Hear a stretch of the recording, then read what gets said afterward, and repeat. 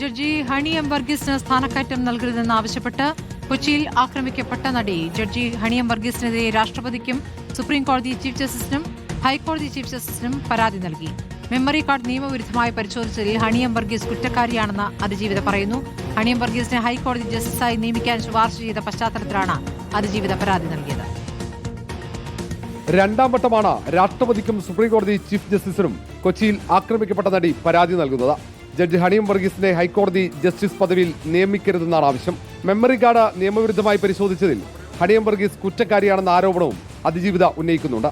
Memory കാർഡിലെ പീഡന ദൃശ്യങ്ങൾ ചോർന്നതായാണ് അതിജീവിതയുടെ ആശങ്ക. 3 കോടതികളിൽ മെമ്മറി കാർഡ് നിയമവിരുദ്ധമായി പരിശോധിക്കപ്പെട്ടിട്ടും നടപടികൾ ഉണ്ടായിട്ടില്ല. 9 വർഷമായി താൻ പോരാട്ടം തുടരുകയാണെന്നും അതിജീവിത പരാതിയിൽ ഓർമ്മിപ്പിക്കുന്നു. ഹണി എം വർഗീസിനെ ഹൈക്കോടതി ജസ്റ്റിസായി നിയമിക്കാൻ കൊളീജിയം ശുപാർശ ചെയ്ത പശ്ചാത്തലത്തിലാണ് പരാതി.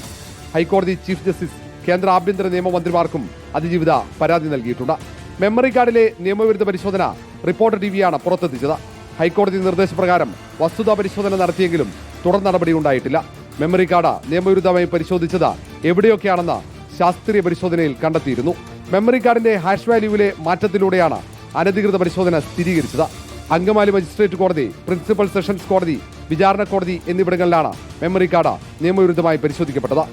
സംഭവത്തിലെ ദുരൂഹത മറനീക്കാത്ത സാഹചര്യത്തിൽ നിയമപോരാട്ടത്തിന് തയ്യാറെടുക്കുകയാണ് അതിജീവിത.